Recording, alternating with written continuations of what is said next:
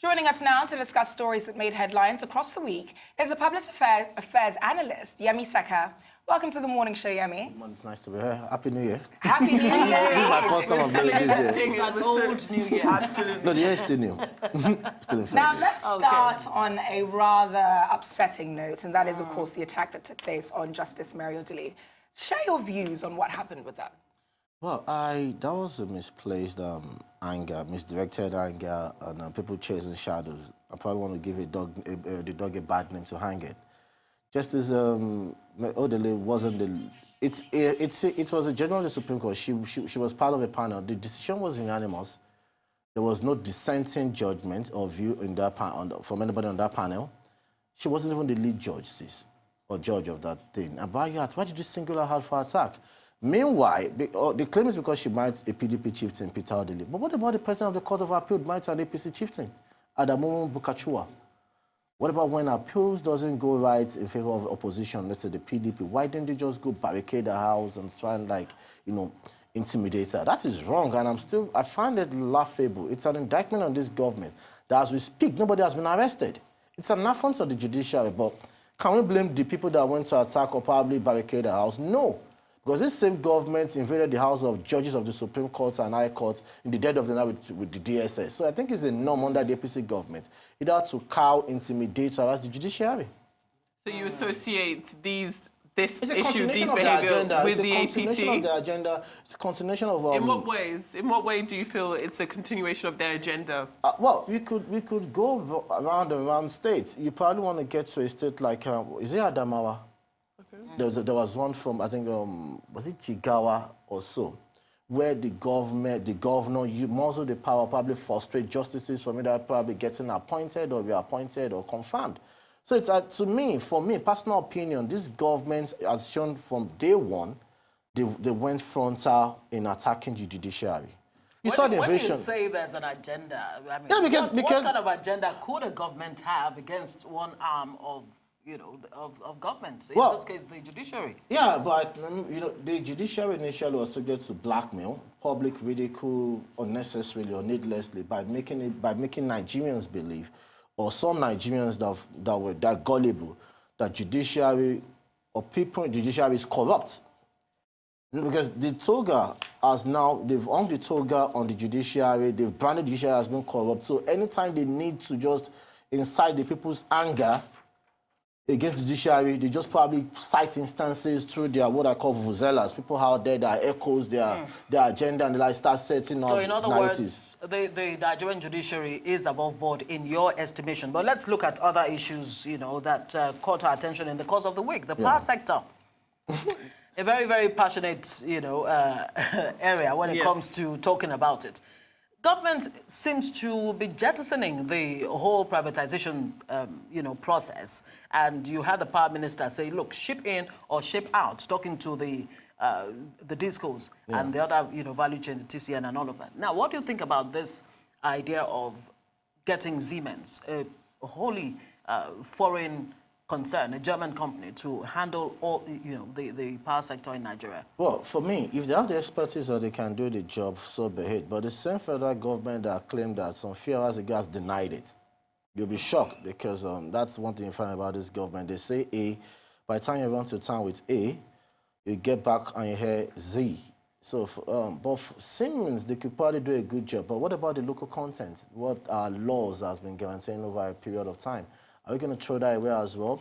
What about the agreement with discos? There should have been contractual agreements about what happens to them when there's breach of contract. Have you pursued such lines and what have you? I don't think they have. And you look at the National Electricity Regulatory Act. The act itself doesn't guarantee you maximum return on investment. Because it says if you generate more than is 100 megawatts on grid, you have to transfer to the national grid for redistribution. One of the things that stopped the IPP projects in Rivers State for a very long time. So we can blame the discos for not performing, which surely they haven't. They claim that Nigeria is generating 13,000 megawatts by the Minister of Power. I call it lies, because we don't have such capacity. Yeah, I know. We probably could generate 7,000, 8,000 megawatts. That probably our generating capacity as we speak. distribution capacity is like 3,000. Sometimes you find it dropping as low as 1,700 megawatts. Yes. And our power need is around 25,000 megawatts. That was at the least. At the least.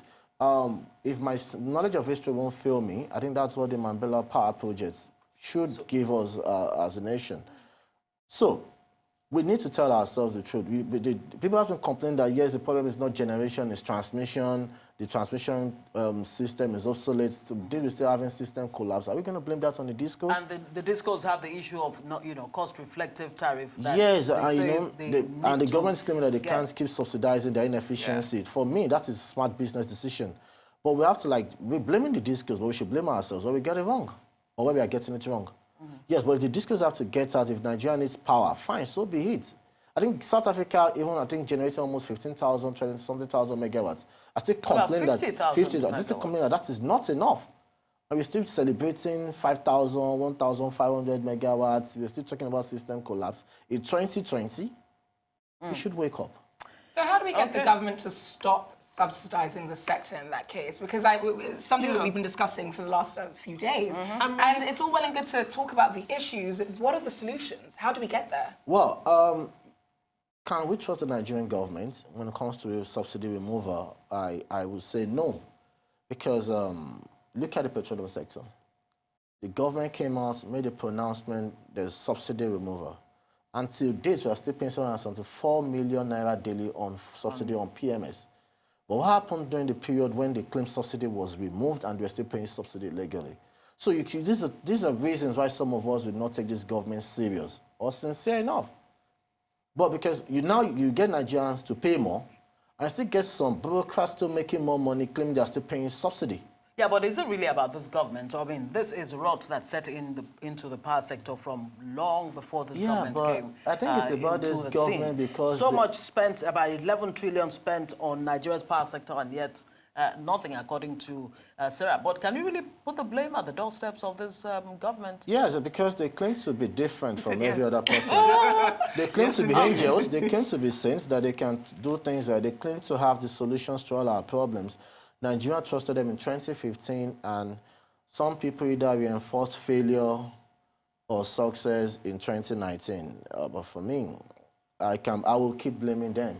Look at the Papaland, Toro, everything, those things that they claim were not there, but were on ground over the years. Yes, you might say amounts was bogus, contract sum inflated, but there were some things on ground. Okay, we could talk about that all day. There's the issue of the 100,000 soldiers needed. Yeah. By the Borno State Governor. By the Borno State Governor, who's saying that, as a matter of fact, 50% of that 100% should come from Borno. Do you think more men, more boots on the ground is really what we need to end the insurgency war? Well, before I answer that, I want to tell you something. The reason why we still fighting this insurgency till we speak, till date, is the same reason we never defeated it during President Goodluck Jonathan. Which is? Money. To people, it is money, it's investment, it's an enterprise ongoing enterprise that they need to just keep. And I tell people. Money in what way? In terms of money not being available, funding not being available? In terms of mercenaries, like even Barlow stating that it's being paid off. Whether you like it or not, because we are fighting this ongoing war, defense contractors are making money.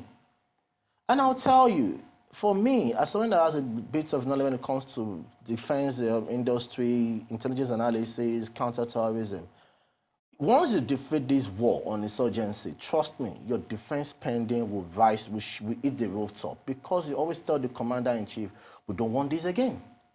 You keep drafting what your school paper gets becoming bigger and larger day by day, because you want to buy either electronic countermeasures, electronic countermeasures, start giving things we need a G-code, synchronous satellite somewhere. You bombard your CNC with all these things, and it pays, and it is because it wants to keep this country safe. Now, to the issue of 100,000 men, the governor was being generous or being modest with his figure. We did at least 250 men to come to the 1,000 men. 50,000 men. Okay. And I'll tell you this, I've been clamoring for this. I've been saying that there's a need for us to enlarge our military. These elitist approach that you probably want to enlist people, you tell people, you now start frustrating some people out. You need everybody. You need everybody. You need to have people that will come in, fight this war and probably go back to their civil life. You need to expand the military. You need to increase the air capability of the army. We need to decentralize what the CTU they have. I've been saying this. The CTU they have domiciled in the IGP and NSA's office will not work. Each state has to have its own central its command of the CTU. And it's not the CTU filled with mobile policemen. You have CTU that have ex-servicemen has to join this war. Ex-intelligence officer from every branch, every corps, every arm of the military must be involved. Okay. Here we go.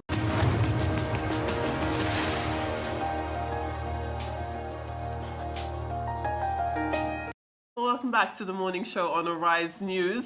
We're still with Yemi Saka here. We've been going over the headlines of the week, and right before we went to break, we were talking about the need, the governor of Borno says, for 100,000 more soldiers on the ground. And you left off there saying that perhaps there is more to be done rather than just the 100,000 figure? Yeah, like I said, I think we need 250,000 standing force to combat this war. You might say it's large, you probably need to deploy technology, but whether you like it or not, we need people to do what we can call, if I can adopt the strategy of one of the code names during the Gulf War, Operation Sabri. That is the mop-up operation. So you still need a lot of men to do that, you know. And for me, I will say this.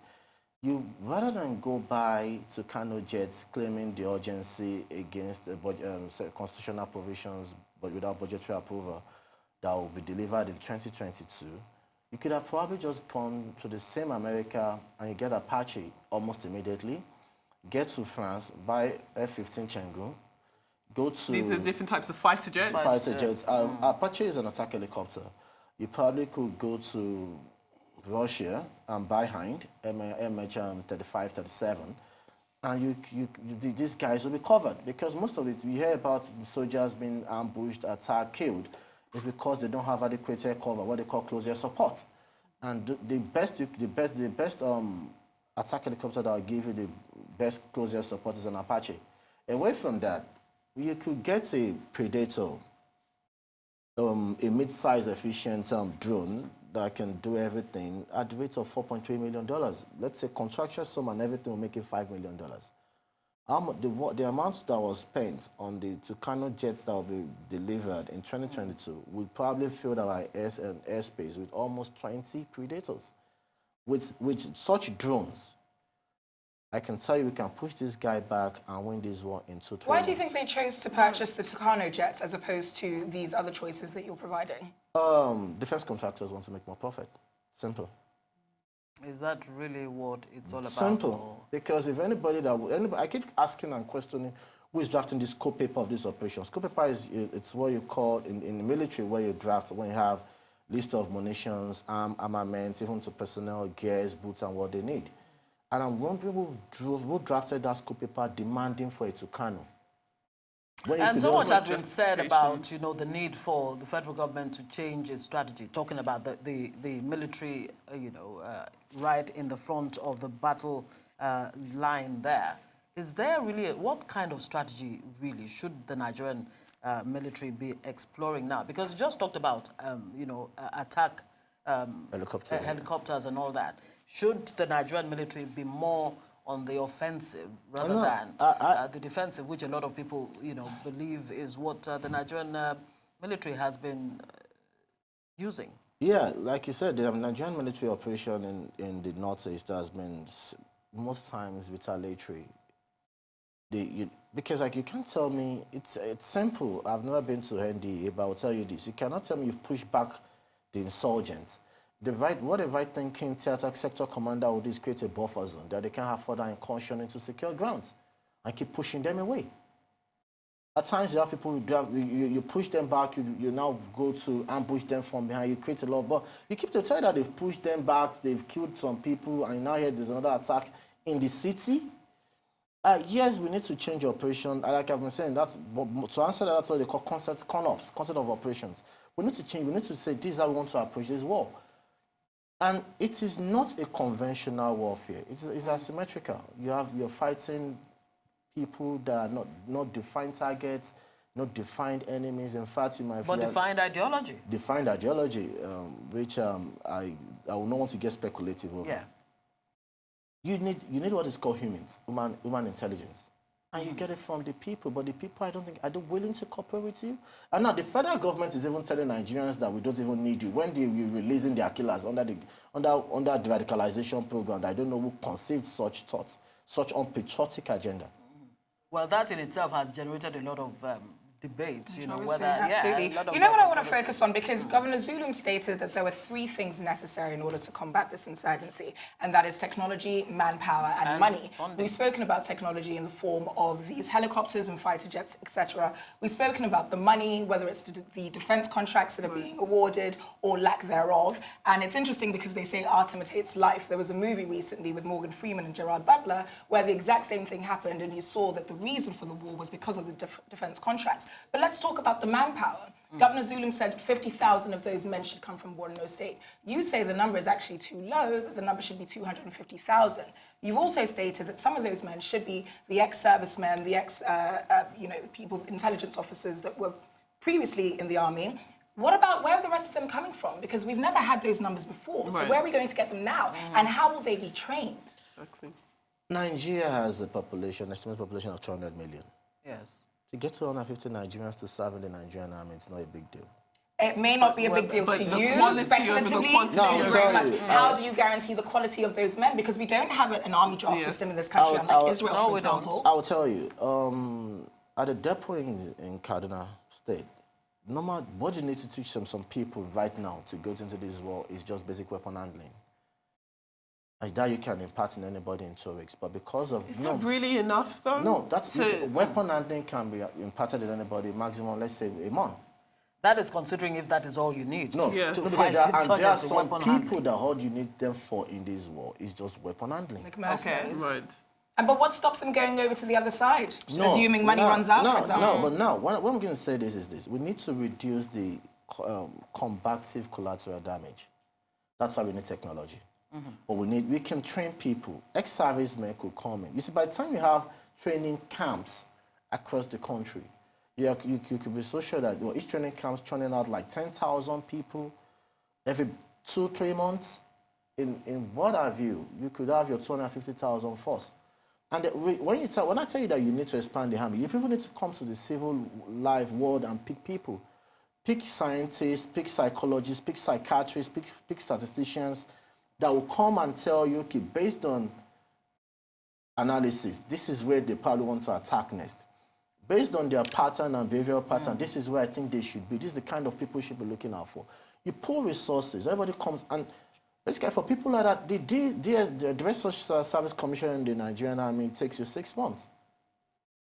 Sometimes the guys on the depot in Kaduna, they rush them 3 months, sometimes 6 months. There was a time they tried 3 months short service commissioning under General Chief Olusegun Obasanjo. We could trick the system. It doesn't have to be rigid. Because we need to win this war. But Yemi, is that not a hypothetical scenario? Because if you look at Nigeria for what it is, the army are already terrible against the civilians. What stops them from using this training that they have gained and either turning into mercenaries and working for the other side or combating against the civilians of the country? What is to stop that? What measures have been put in place? Checks and balances that will actively stop that we don't have currently? No, I think by the time you bring people from the civil war into the army in large quantity, it probably waters that down. Then secondly, because I have an understanding of how those guys are trained in NDA, most times I understand that they're just like a loose cannon that anything could trigger off. I'll tell you, if you think it's impossible to sit on your head, if you get to NDA in Kaduna, you sit on your head. Comfortably, for at least an hour or two.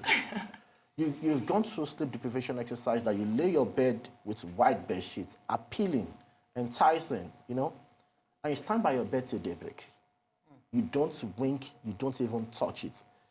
By the time, some people might just you just want to doze off and touch it. There must not be any wrinkle on that bedspread. Isn't that a service that every Nigerian really should be exposed to? Army training, army training, just like in the states of United States, places like Germany and all that, they do have that. Like in Israel too. Yes, exactly. But you see, it's and these are countries with huge security intelligence. Absolutely. I don't think a country like Israel, I'm not trying to celebrate them, or probably a country like US will have this kind of war.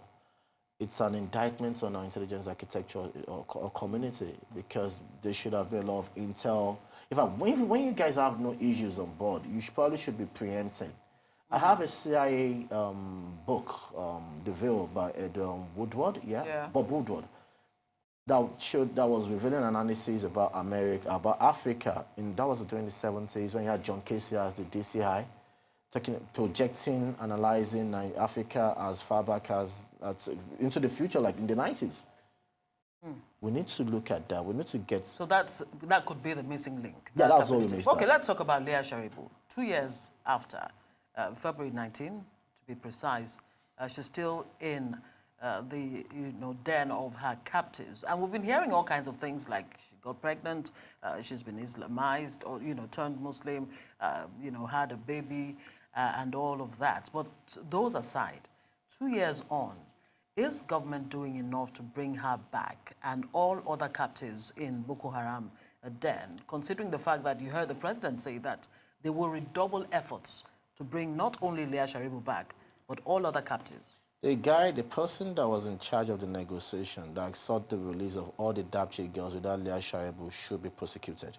Why? Why did you exclude her? What kind of negotiation did you go into that excluded her? What was your mandate when you were going into that negotiation? It shows insincerity. Forget about it amounts to verbose on the part of the government. Are you saying that government is really not negotiating release of Leah Sharibu? Or yes. The fact that Boko Haram is factionalized? No. It makes it even more difficult. No, the government was not sincere enough or serious enough about Leah Sharibu, because if you were serious enough, you'd have secured that release from day one. I cannot come to a table and tell you I want to get 200 people from you and you give me 199. And you're satisfied. I failed. There's a proverb in the Bible that says the shepherd that left the 99 sheep, his flock of 99 sheep, I'll go for one. And the question is, well, for me, I keep saying it. I think, I don't think this guy either has what it takes to hand this thing or are serious about handing it. Because that's even enough to get you angry to probably crush these guys. And I say this to people. The federal government, as we speak, has contributed more to this damage and rot in the insurgency. Because when you're paying them huge ransoms, because they probably tell you they are not, but when you're already paying them huge ransoms, do you think they're going to use it to buy gala meat pie and fried fish and boli? It's like further giving them oxygen. Definitely, they're going to use the money to procure SAM, surface to air. You see, the Mitele attack got me so angry. And I was still wondering why either the sector commander is still holding his command. There's something called routes in military terms when your soldiers are retreating in a disorderly manner. You send another party to retrieve them or probably get them to base. And you send those guys out without air cover. There's something called Browning 50 caliber.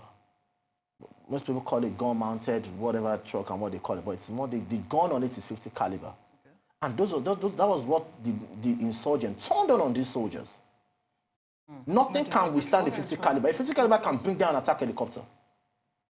Raises the question of, and if you were sending those troops out to go and retrieve their colleagues, there was no air evac, medical evac. There was no close air support for them, and these guys are still holding their command. Is this affecting the morale of definitely? The soldiers and to not even give those guys the middle finger, you are releasing their killers. Right. And even America, I keep saying America is and was never mad, citing Guantanamo Bay in Cuba. America. Everybody released from Guantanamo Bay is going back into the field as an asset. Because you cannot de-radicalize them. You don't deceive yourself. You don't delude yourself. And if you want to de-radicalize, I can tell you how to de-radicalize. How do you do that? So it is possible then? It is possible. Very possible. I'm probably going to put in another gun cell for 2 months. I'm going to mess up your timing. You spend a month, you think you spend 6 months. I'll feed you on glucose and water for a month. That you just something to just keep you alive. Well, will they not come out mentally unstable? No, you have been broken that you tell me all I need to know. Okay. Wow. Okay. I guess that's really where we have to leave it, unless we have enough time to talk about the ASU lecturers. Yes. But unfortunately, we do not. We do not have time. Sadly. Thank you so much, Yemi Saka, for joining us as a public affairs analyst.